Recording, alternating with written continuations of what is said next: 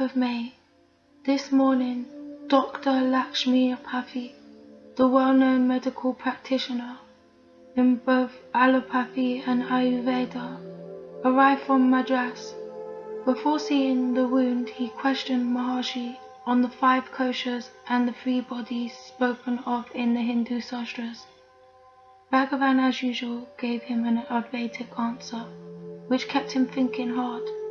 In the evening, he saw the wound and declared it not as bad as I thought it to be, and directed Dr. Shankar Rao to apply on it a certain herb, which he named and which he declared would complete the healing process. Today the tumour seems to have completely disappeared due to the application of radium, and the wound is nearly closed, although its base is still hard.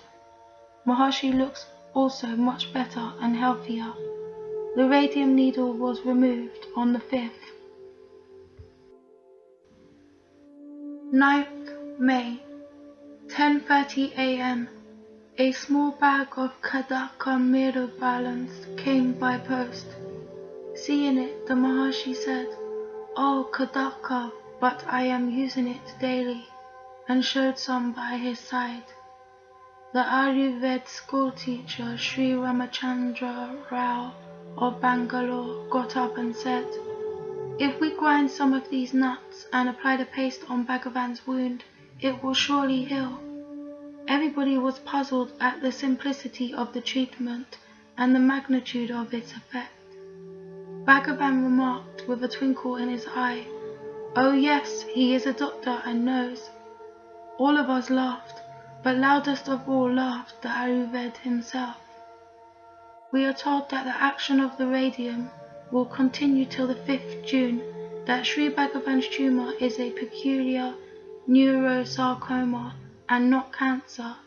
Cancer is constitutional, so that if cut out of one place, it may appear in another, whereas sarcoma is a local growth, which appears and reappears in the same place.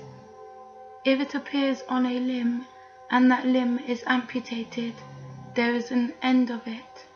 But in this case, Sri Maharshi is definitely against amputation. 14th May 1949. His Excellency the Governor-General of India, Sri C. Rajagopalacharya, arrived last night in a special saloon with His Excellency the Governor of Madras, the Maharaja of Bhavinagar, and Her Excellency the Maharani of Bhavinagar, with their aides-de-camp and retinue to open the temple over the Patalalingam.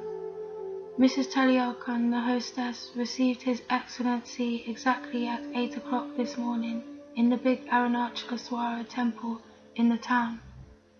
After introducing to him Mr. J.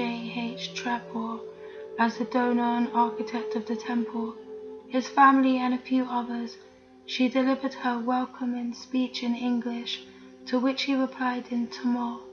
Then he opened the temple at about 8:45, after which he returned to his saloon.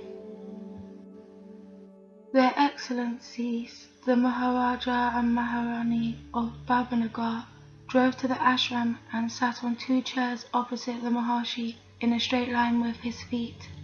His Excellency said in English to the master that it had long been his and his wife's wish to have his darshan and sit on the floor rather than on chairs like now. Sri Maharshi remained silently gazing in space, as he usually does when not engaged in any work. Their hostess spoke to them in Gujarati, their mother tongue, and after 10 minutes they rose, bowed to the master and left to worship in the ashram temple and see the ashram round. At noon their Excellencies and party returned to Madras after lunching at the railway station with the Governor-General.